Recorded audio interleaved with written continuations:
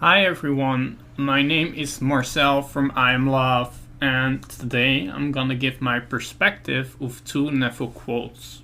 The first quote is, "The clue to the real purpose of life is to surrender yourself to your ideal with such awareness of its reality that you begin to live the life of the ideal and no longer your own life as it was prior to this surrender. He called things that are not seen as though they were, and the unseen becomes seen." End of quote. What this means is that all we have to do is to focus on how we want our life to be. Focus on how you want it to be and only hold your focus on this ideal. This doesn't mean that if we have off moments that things have stopped. We are always reflecting something, and all we have to do is make this our dominant being. By making it our dominant being, we are no longer reflecting our old state. We have shifted our being and therefore shifted our reality to what we desired it to be. We have made the invisible become visible through our focus, meaning our consciousness, imagination. Think about it like taking a picture. We are holding the camera and we decide what we get to see. What do we focus on? What do we zoom on in? We are the camera and our focus decides what we see.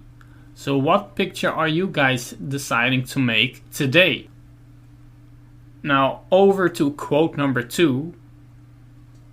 Because creation is finished, what you desire already exists. It is excluded from view because you can only see the contents of your own consciousness. It is the function of an assumption to call back the excluded view and restore full vision.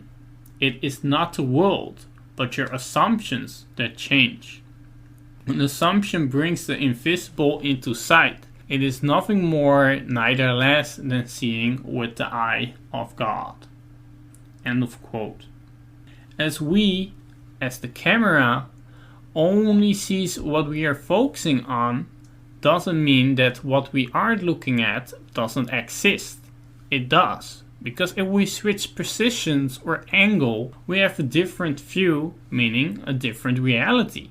This is what creation is finished actually means, and that our desire already exists. It is already here and it's waiting for us to acknowledge it. Our assumption, which is also a part of our focus, is how we control the camera. It is not the world that changes, it's our assumptions of the world. It's not the camera that changes, but the way we are using it, thus changing our view. We are seeing with the eye of God, meaning our consciousness, our focus. You can also name it like that. I hope you guys enjoyed this video of my perspective on these two quotes, and I love you all.